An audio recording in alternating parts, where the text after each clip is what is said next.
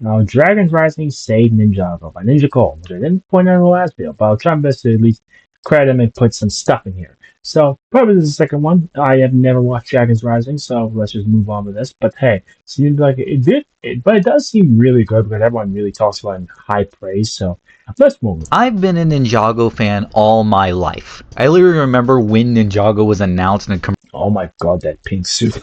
been a Ninjago fan all my life. I literally remember when Ninjago. Yeah. This is Zane because his suit is white, and basically, I believe there's an episode where they mixed up the laundry clothes. Was announced and commercials were running for it, and how I literally could have been there for the premiere of the show, but we had this weird rule that my mom had to watch something first to check if it was okay before we could watch it, which that's an interesting rule to have, but also, yeah, those commercials, I believe it came out in 2011. Bruh, I feel old. Was never ever enforced, but for some reason, when I talked about this show in particular, she suddenly just enforced it, and I literally sat her down to watch it, and she said, just go to your school and turn it off, and I just sadly walked away. I didn't get to start my Ninjago journey until episode 8, and I couldn't have even been episode 7, literally the best episode. I'm saying... Oh yeah, when Zane finds out he's, yeah. all this, and I know that there are people... He finds out he's a robot. People watching this video that probably only started with season 8, and I can't. I'm too old for this. Wow, I'm already rambling. What the fuck you Best episode. I'm saying all this, and I know that there are people watching this video that probably only started with season 8, and I can't. I'm too old for this. Wow, I'm already rambling. Like an old man. Yep. This is not helping me. Anyway. Yo, it's not helping your case. I don't know what's going on, bro. Yo, it's crazy that you could actually meet some people who started with season 8 with Sons of Garmadon, which is crazy to think about because I never watched Sons of Garmadon. Now, I the only thing to mention that I stopped at Hands of Time. The point I'm trying to make is I quite literally have been through everything Ninjago has had to offer. The shocking reveal that Lloyd was the Green Ninja, which my brother called just because he had a green mark on his cloak, and I've always wanted... Yeah, the fact I never spotted this is wild. I never noticed this until I found out in the last video. Of course, I've spotted this. But then again, I didn't know until the last video. So I wondered if that was actually foreshadowing the whole time. The show's ending with the final battle between good and evil, which people argue about, but I think it was pretty cool. Where there is light, there will always be shadow. Unless my light is brighter. It getting rebooted with season 3. Fast forward to season 8, literally being... I do like these weapons from season 3 because it's funny. It getting rebooted with... Like, look at these weapons, and it changes to something else. With season 3. Fast forward to season 8, literally being the peakest to peak, and the show being turned into 11 minutes, and everybody contemplating whether that was the end of the world. I've been through it all, through thick and thin. And even though Seabound was absolutely amazing, I think part of me was starting to grow sick of Ninjago. I still really liked it, but I don't know. Seabound's probably one of the late seasons. It just wasn't having the same kick to it anymore. Maybe I was just doing a scary thing called... Isn't it ironic given the theme song? Growing up! Then Crystallize rolled around, and while I initially did like it, and even still do if you can believe it, I think it showed how much Ninjago really was probably not for me anymore. But I was playing more mature video games and watched mature movies. And that, contrasting with Crystallized, showed how less mature the show was, and therefore I was thinking I was starting to grow out of it. Then, I mean, it is made for, like, I believe for me, premiere on Cartoon Network, so basically it is a kids show at the end of the day, and obviously you want to have more audiences. It's sure it's family, but it's also more or less kids when you think about it from a Ninjago's perspective, especially if you're like an adult growing up. The announcement of a new Ninjago show was coming out, and I honestly had no faith in it at all. It was a completely different team and had the potential to be its very own style. Faith in it at all. It was a complete... What type of team walkout is this? Like, this is what I get for not keeping up with every single season of Ninjago, because now I don't know this. I'm sorry. Completely different team and had the potential to be its... Seeing Wu like this is making me want to cry. Very own style, aka Yeesh. worse. I thought this show was going to be the worst of the worst, man. Like, I thought they were going to use those 2D animated segments from the Wild Brain seasons and just make a full show out of that and dumb down the show to an even more kid-friendly direction. I don't know what it was. Around this time, I was knee-deep into content creation, I think I broke one rule of swearing. Fuck. and I did again. when you're in the content creation space, you learn that companies make very poor decisions, so I was very pessimistic about the future of Ninjago, and part of me just accepted that.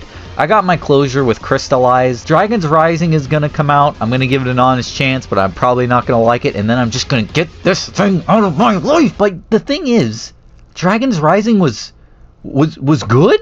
Actually, really good? Like, better than it had any right to be. First of all, they had an actual schedule, and the episodes were coming out on Netflix, actually at the same time as everyone else. Well, oh, it's on Netflix. Okay, so it's quite easy to find. until Season 2, Part 2, but that's just Peacock being goofy.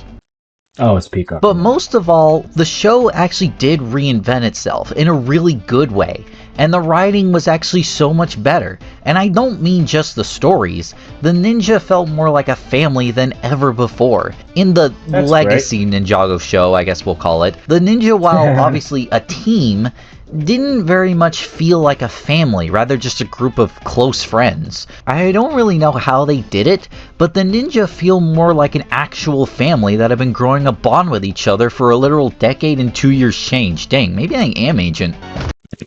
Damn, don't remind me of the fact it's been a decade since this thing. It's been 15 years! That's how long this is! This is 15 years! I made a terrible mistake! Like 15 years of this. 15 years!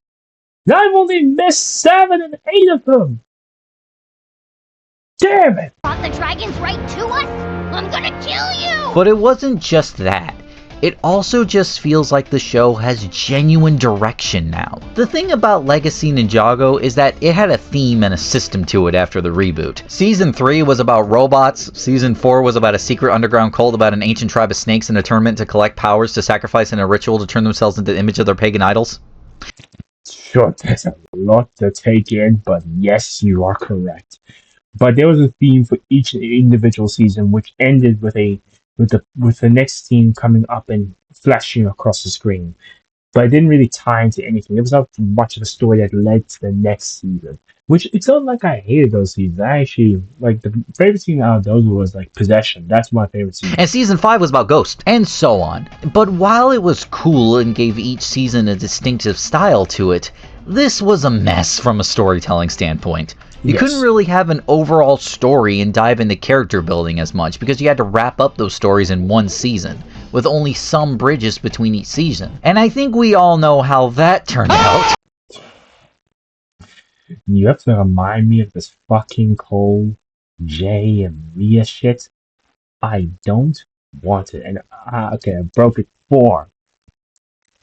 Almost said The best seasons of the series, 8, 9, and 10, God damn, why the hell do you have Garmadon right? or because they were an actual overarching story that kept you hooked and invested, with actual plot threads to explore over a long batch of episodes. And we're seeing that with Ninjago Dragon's Rising. We're actually seeing a world being built from the ground up. We're seeing not only old characters get reinvented with Lloyd literally contemplating over his mental state, we're seeing new characters, Eren and Sora, learning to become ninja, and they are just really good characters. And I also feel like the writers I like the headsets. learning to become ninja, and they are just really good characters. And I also feel like the writers know that I'm not the only one who felt how they felt during Crystallized, so they've been introducing a lot of things more for Ninjago's older audience. There's this one thing that It's good to appreciate the audience while also paving the way for the next generation. happens in the new Season 2 Part 2 episodes, which I won't spoil, but it did not feel like a Ninjago moment, in a good way. Even if they did kind of ruin it a little bit for me, in my opinion,